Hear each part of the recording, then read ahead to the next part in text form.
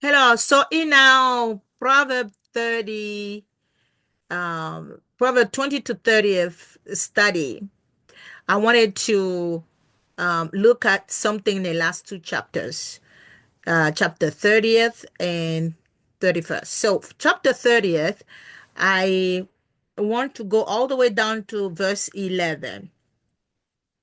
And this I entitled, There is a Generation. Okay? There is a generation. And this generation probably was written thousands of years ago, and we see this generation now. There is a generation that curses their father and do not bless their mother. We see this generation now. Children that are very rebellious to their parent. Children that are beaten up, physically beaten, physically abusing, violently abusing, attacking their parent. Some flat out unaliving them. Proverb was written thousands of years ago, but we are living this generation now. There is a generation that are pure in their own eyes and yet is not washed from the filthiness.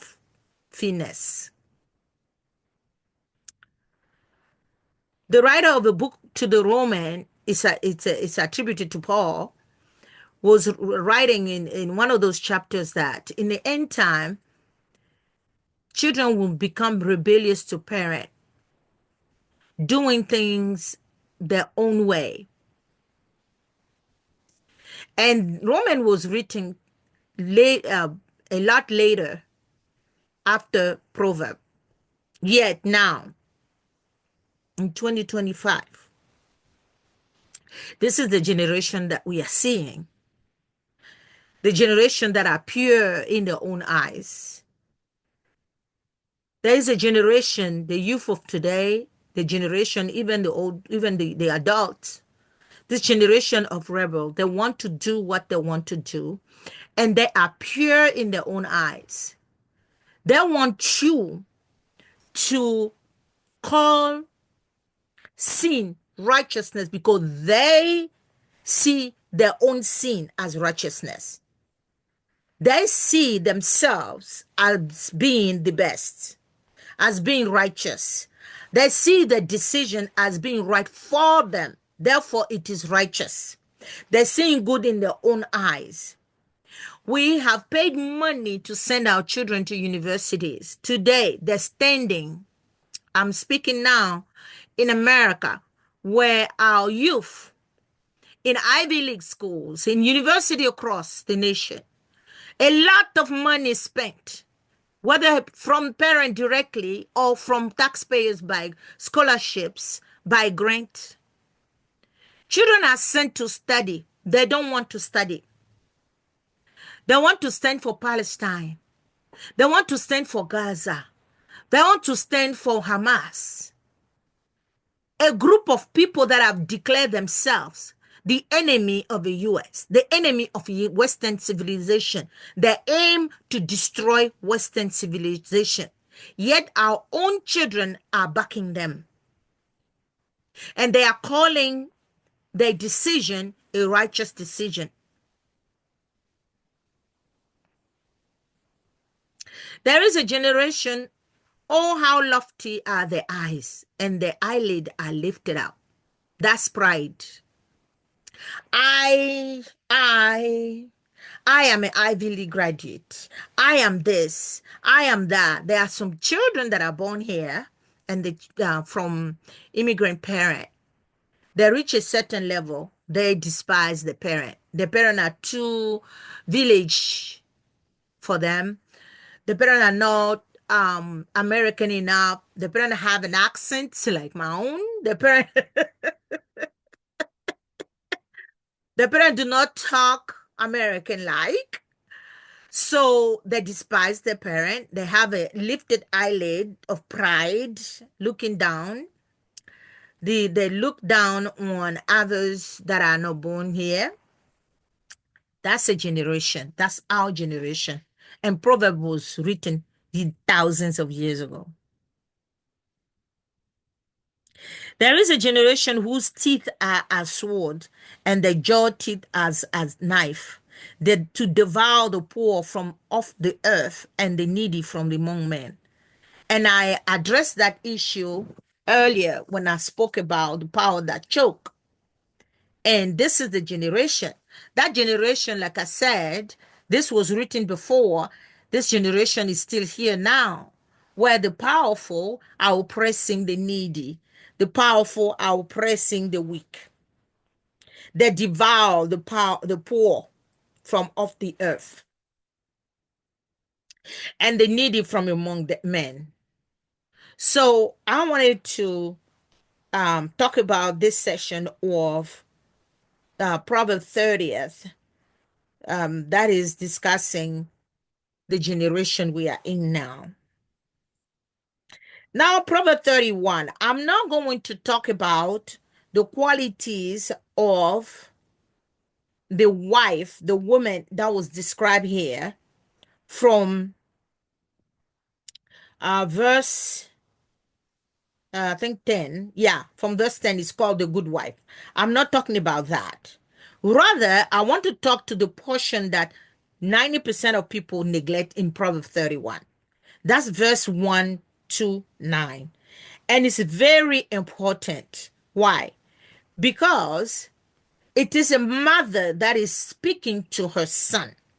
So verse 1 says, the word of King Lemuel, the prophecy that his mother taught him. So Proverbs 31 is the prophecy of a mother that she released unto her son for her son to marry such wife.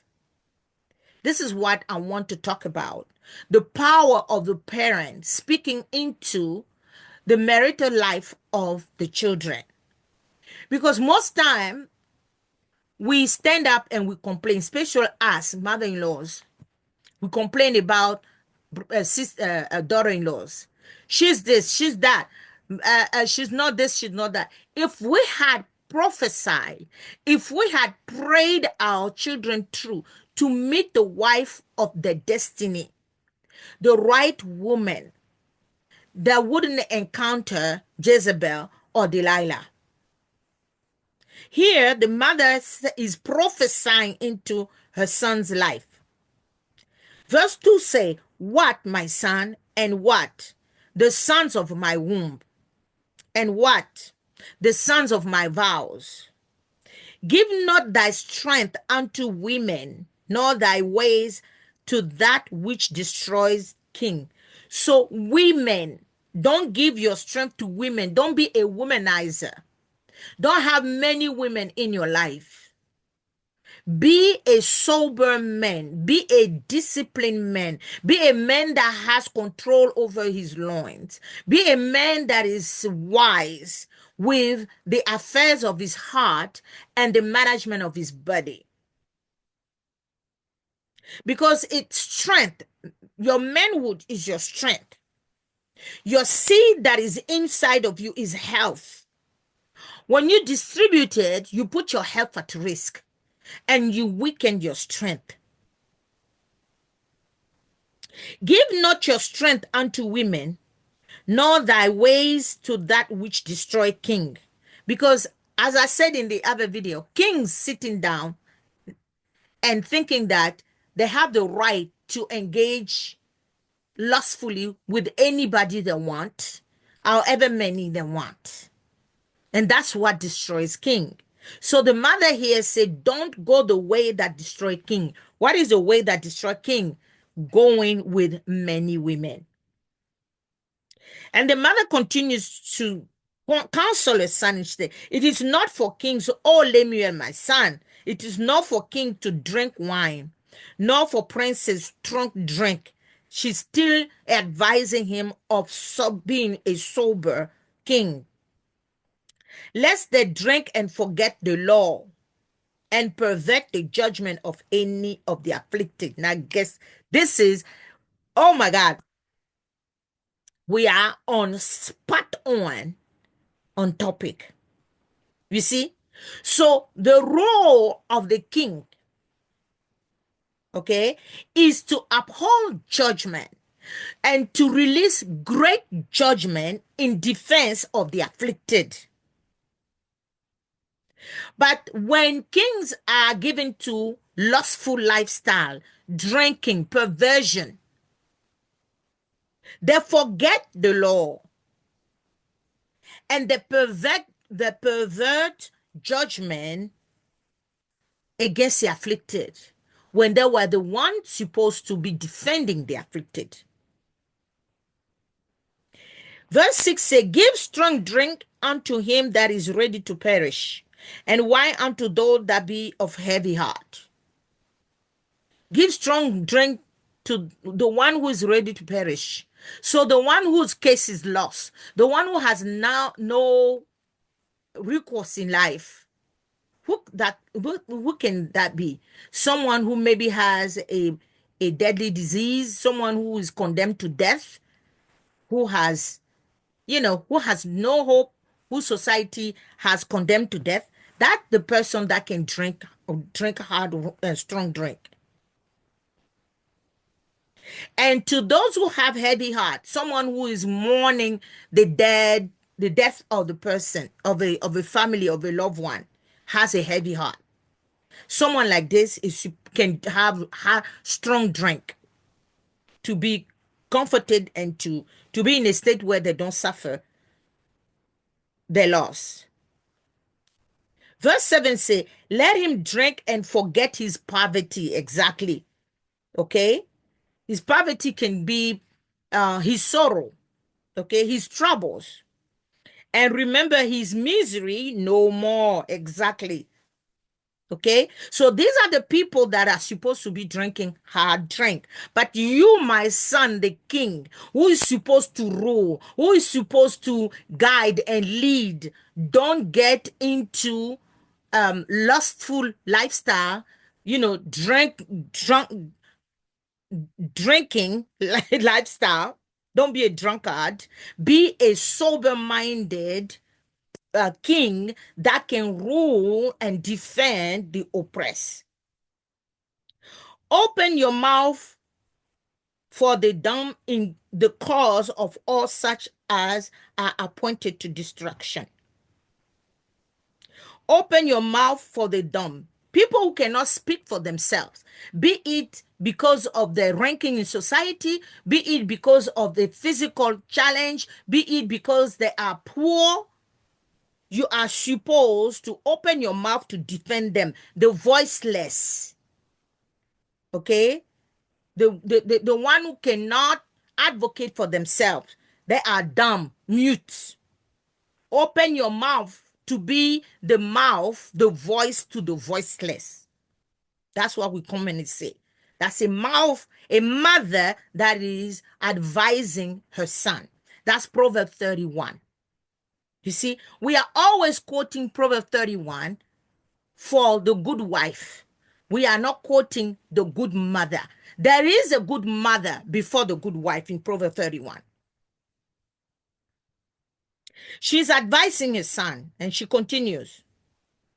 Verse 9, the last verse, she said, open your mouth, judge righteously, and plead the cause of the poor and needy.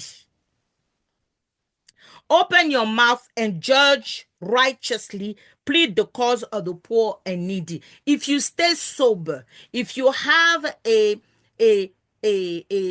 disciplined lifestyle, if you don't engage in sexual perversion and drunkenness and debauchery as a king, you will be able to be a righteous judge for the poor and needy. You will be the voice to the voiceless. You will have the right state of mind. You will have the good heart for mercy and grace, and you will be able to judge rightly for the poor and needy, and you will advocate for the voiceless.